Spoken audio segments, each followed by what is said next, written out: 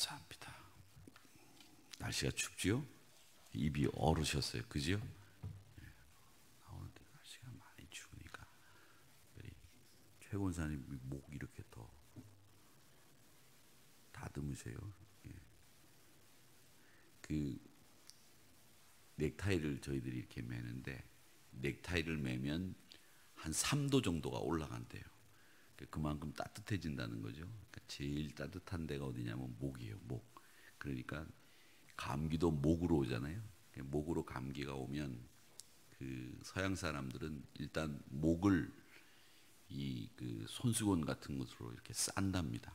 목을 우리 보통 목을 잘 안 싸잖아요, 그렇죠? 근데 이 목을 이렇게 손수건 같은 것으로 주무실 때도 싸면 훨씬 더 목이 편하다고 그래요.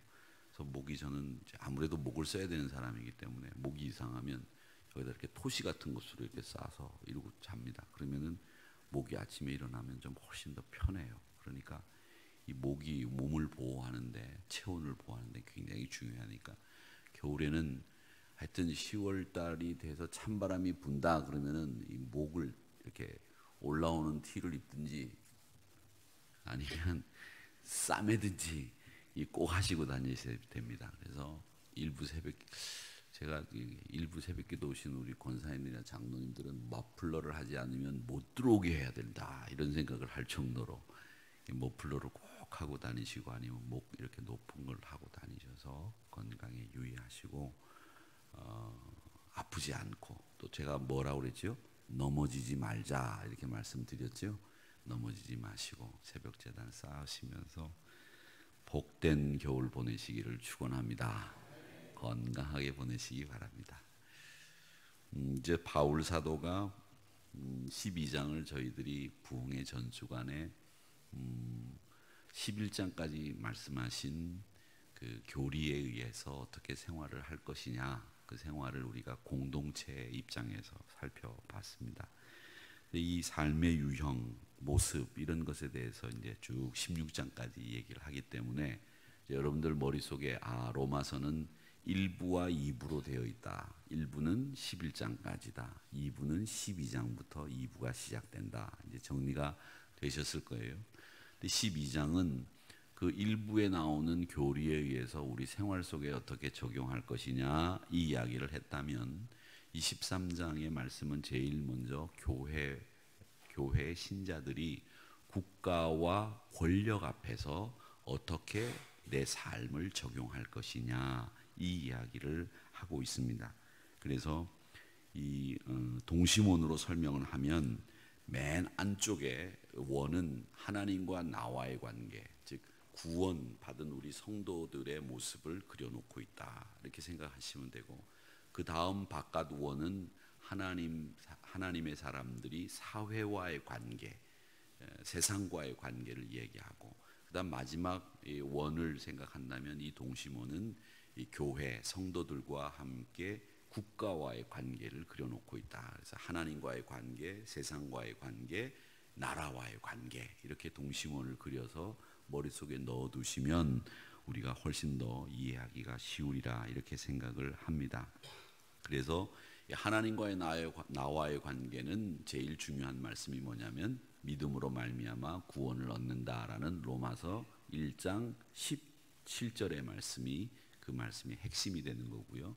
그 다음에 이제 세상과의 관계는 하나님께서 합력하여 선을 이루라고 하는 말씀으로 여러분들이 정리를 하면 되겠고 8장 28절이죠. 그 다음에 이 13장에 있는 말씀은 권세 앞에 두려워할 자는 두려워하고 존경할 자들은 존경해라 라고 하는 세상의 권력과 우리와의 관계에 대해서 설명을 하고 있는 동심원이다 이렇게 생각을 하시면 되겠습니다.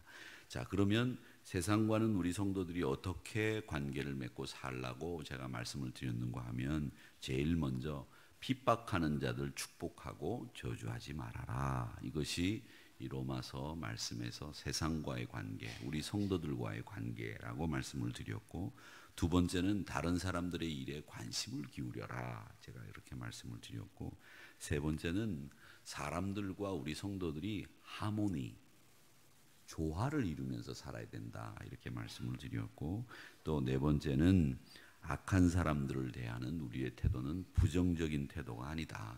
우리는 항상 합력하여 선을 이루기 때문에 그 모습도 우리에게 유익한 모습으로 만들어가는 신자들이 진짜 신자다. 이렇게 말씀을 드렸습니다. 자, 그러면 오늘 이 13장에서는 우리 국민으로서 국가의 한 소속원으로 권력 앞에서 어떻게 살아갈 거냐, 이걸 우리가 생각해 봐야 되는데, 여러분, 우리가 대한민국 국민 아닙니까? 대한민국 국민인데 어제 원로 목사님이 설교하실 때 일본하고 우리가 축구 경기를 하면 우리는 기어이 이겨야 되는 마음, 심정, 우리의 그 정서를 가지고 있다, 이런 말씀을 하셨는데 그렇습니다. 우리가 대한민국이라고 하는 국가의 국민으로 살기 때문에 우리가 어디를 가든지 대한민국 여권을 가지고 다닌다는 거죠. 그건 대한민국의 보호를 받는다는 거죠. 그리고 대한민국이라고 하는 정부가 우리를 지켜주고 있다라고 하는 겁니다. 그리고 여러분 외국에 가서 애국가 들어보셨는지 모르겠는데, 외국에 가서 애국가를 들으면 대한민국 국민이라면 다 눈물이 납니다. 정말 그 아무도 없는 곳에서 이 대한민국 애국가가 탁 나오면 그 가슴에 막 뭔가가 뭉클하는 게 올라와요.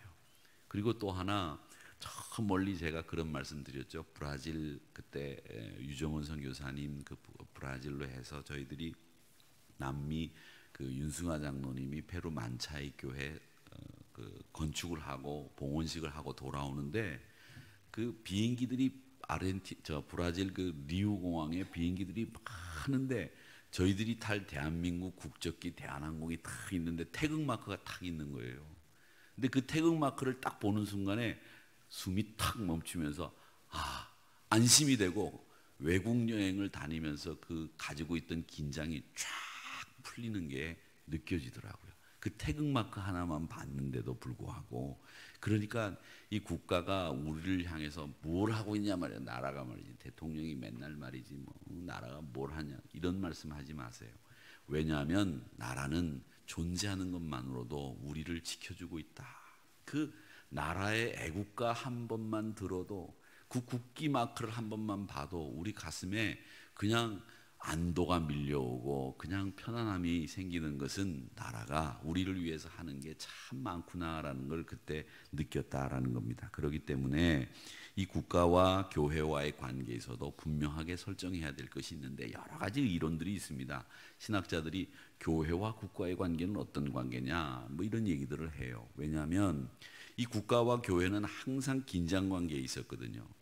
요즘에 제가 수요일 성경 역사 강해를 하고 있지만, 우리가 국가로부터 기독교가 공인받기 전에는 박해를 받았잖아요. 그러다가 이 콘스탄틴이라고 하는 황제가 교회를 인정하면서부터 기독교가 국가와 병행, 즉 상존하는 관계가 됐는데, 이 관계를, 어떤 관계는 교회가 국가를 지배해야 된다, 심지어는 이렇게 말하는 분들도 있고, 아니다, 국가가 교회를 지배해야 된다, 이런 얘기를 하시는 분들도 있어요. 그러나 제일 중요한 것은 국가와 교회는 각각의 하나님께서 세워주신 기관이기 때문에 서로 독특한 역할을 인정해야 되죠. 나라가 해야 되는 역할도 인정하고, 나라는 교회가 해야 되는 역할도 인정하고, 서로 책임을 인정하고 격려하는 동반자라는 겁니다. 여러분, 그렇습니다. 그러니까 선거 때가 되면 나라를 위해서 일하겠다고 하는 사람들이 의시되면서 찾아와요. 수행원들하고 막 때를 지어가지고 찾아오잖아요. 그리고 난 뒤에 뭐 목사님 찾아왔습니다. 그리고 명함 내밀고 말이죠. 이러고 인사하고, 그리고 교회 들어와서 국회의원 누가 왔다고. 우리도 그렇게 하긴 합니다만은, 여러분, 제일 중요한 것은 뭐냐면 국가도 그렇고 교회도 그렇고 각각의 역할이 있다고 하는 것. 그게 오늘 이 13장 1절에서부터 7절까지의 말씀에서 하고 있는 말씀의 내용이에요. 나라가 하는 일이 있고 교회가 하는 일이 있고, 서로 그 독특한 일들을, 역할을 인정해야 되는 거예요. 그게 우리 기독교인들이 가지고 있는 교회와 국가의 관계에 있어서 제일 중요한 첫 번째 전제. 나라도 해야 될 일이 있고 교회도 해야 될 일이 있다. 이게 오늘 바울 사도가 13장에서 말씀하시고 있는 내용이다라고 하는 것을 여러분 알고 계셔야 됩니다. 자, 그러면 우리 그리스도인들은 나라를 어떻게 볼 거냐? 그 나라를 어떻게 볼 거냐에 대해서 바울 사도는 분명하게 말씀하고 있습니다. 뭐라고 얘기를 하고 있느냐면 권세는 하나님으로부터 나지 않음이 없나니. 이게 바울 사도가 국가에 대해서 우리 그리스도인들이 가지고 있어야 될 믿음의 사람들이 가지고 있어야 될 생각이라고 딱 정리를 해놓은 겁니다. 그러니까 권세가 우리가 대통령을 뽑아서 우리가 누구를 뽑아서 대통령이 되고 국회의원이 돼서 우리를 위해서 일한다. 이건 우리가 뽑았기 때문에 세워진 권세다. 이렇게 생각하지 말라는 겁니다. 그러니까 하나님이 세우신 권세다. 이게 그리스도인들이 가지고 있어야 될 국가와 나라를 위해 봉사하는 사람들에 대한 우리의 관점이다. 이 얘기를 하고 있는 겁니다. 그래서 이 말씀에 의해서 우리가 국가의 권위에 순종해야 될 이유로 하나님이 주신 권세이기 때문에 그렇다. 이렇게 분명하게 정리가 된 이 말씀을 여러분 기억하시기 바랍니다.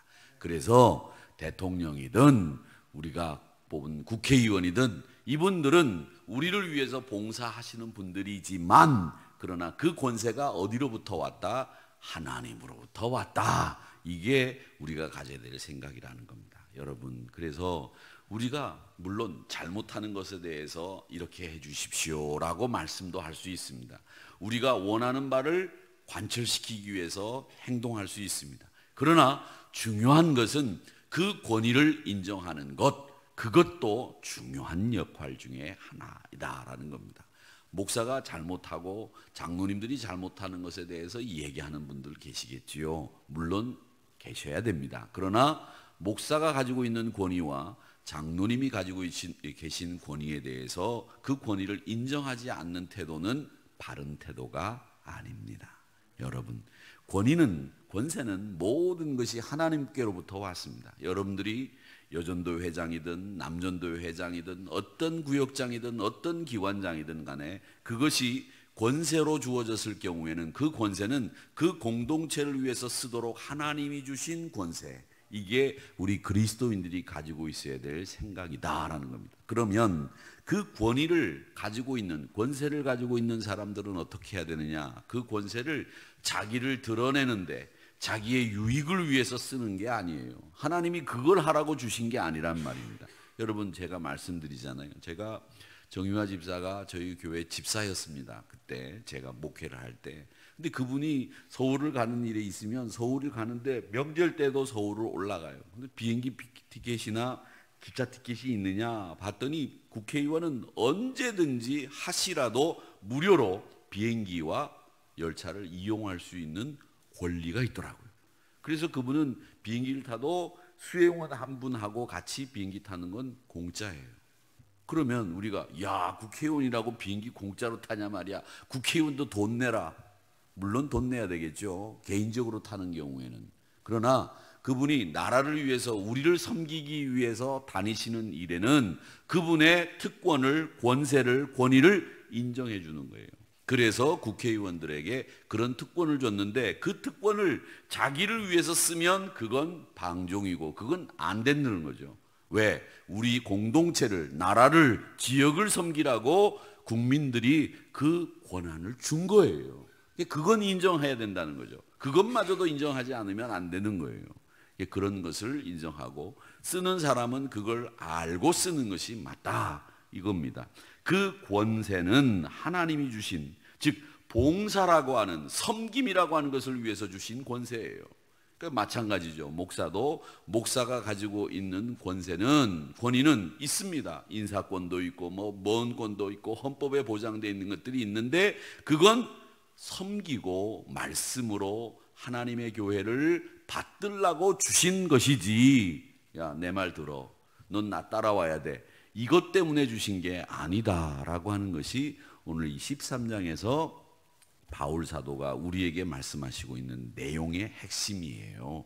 그러니까 여러분, 항상 어디에서든지 여러분이 가지고 있는 이 힘이라고 하는 것은 사실 힘이 있을 수 있지요. 그 힘은 하나님께로부터 왔으며 그 힘은 나를 드러내고 내 유익을 위해서 하나님이 주신 힘이 아니다. 그런 힘은 언젠가는 없어지게 돼 있고, 그런 힘은 언젠가는 공격을 받고 언젠가는 부수어지는 힘이다라는 겁니다. 그러니까 날아가는 새도 떨어뜨리는 그 권세는 사실은 국민들을 위한 권세여야 되는데, 그게 자기들의 세력을 강화시키는 데 썼던 힘이었기 때문에 없어지는 거예요. 그러니까 여러분 분명히 기억하시기를, 국민의 복리를 위해서 세운 권세다라고 하는 것을 오늘 말씀하고 있다라고 하는 겁니다. 그래서 우리는 어떻게 해야 되느냐, 2절에 보니까 권세를 거스리는 자는 하나님의 명을 거스림이니 거스리는 자들은 심판을 스스로 자취한다. 즉 권세가 하나님께로부터 왔는데 그 권세를 인정하지 않고 그 권세를 스스로 버리면 하나님의 심판을 초래하게 된다라고 하는 겁니다. 그래서 존경할 만한 분들을 존경하고, 그리고 두려워할 만한 분들은 두려워하면서 우리가 그 권세 앞에 서로 복종하고 권위를 인정하는 것, 그것이 우리에게 필요하다라고 하는 것을 말씀하고 있는 겁니다. 그래서 7절의 말씀이 결론이에요. 우리가 존경할 만한 분들은 존경하는 게 맞아요. 맞습니다. 대통령이 온다고 해서 야 대통령이 뭐 지나 나나 뭐 별거 있냐? 아니에요. 대통령이에요. 아 국회의원이 뭐 지가 뭐 잘났으면 얼마나, 옛날에 말이야 그래요. 또 제가 또 희한한 분들을 많이 알았는데, 이명박 대통령의 이종 여동생을 제가 잘 알아요. 요즘 뭐 다스 얘기하는데 그 다스에 관련된 분인데, 그분이 항상 저만 만나면 그래요. 목사님 제가 말이죠, 명박이 오빠가 목욕하고 나온 물에 들어가서 목욕한 사람이에요 내가. 그래요 항상. 그래서 그래요? 예, 명박이 오빠가 목욕하고 나오면 내가 그 물에 들어가서 어릴 때 목욕했다는 거 아닙니까? 그러면 대통령하고 목욕을 같이 한 거네. 그랬더니 예, 우리 오빠가요 어릴 때는 이랬고요 저랬고요 얘기하세요. 물론 그런 것도 좋습니다. 자, 좋아요. 그런 관계에 있는 분을 만나는 것도 좋죠. 그런데 중요한 건 뭐냐 하면, 여러분 존경해야 될 분들 존경하세요. 우리 권사님들, 평생 교회를 위해서 기도하신 권사님들, 젊은 권사님들이 존경하셔야 돼요. 존경하셔야 돼요. 그리고 젊은 권사님들은 우리 장로님들, 그리고 젊은 장로님들도 나이 드신 원로 명예 장로님들 존경하셔야 되고요. 또 담임 목사는 우리 원로 목사님, 평생 하누리교회를 위해서 수고하고 애쓰신 원로 목사님 앞에 가서 존경을 표하는 게 마땅한 거예요. 그게 맞아요. 그게 옳은 거예요. 그러니까 서로 존경하고 서로 두려워하고 서로 깍듯하게 예의를 갖추면서 우리가 하나님의 일을 감당하는 것, 그게 바울 사도가 오늘 13장에서 말씀하시는 제일 첫 번째 국가와의 관계에서 그리스도인들이 가져야 되는 이야기를 하면서 말씀하시는 이야기입니다. 그러니까 여러분 기억하시되, 하나님께서 우리에게 주신 것은 뭐냐? 존경하면서 살아라. 서로를 두려워하면서 살아라. 우리가 그분들 때문에 서로 덕을 입고 덕을 끼치며 사는 거다라고 하는 것을 말씀합니다. 이런 거 보면 우리가 어떻게 사실 누구의 덕을 안 입고 살 수 있어요? 독불 장군이 있습니까? 사실 안 그렇습니까? 다 덕을 입고 사는 거죠. 우리가 어떻게 혼자서 막 삽니까?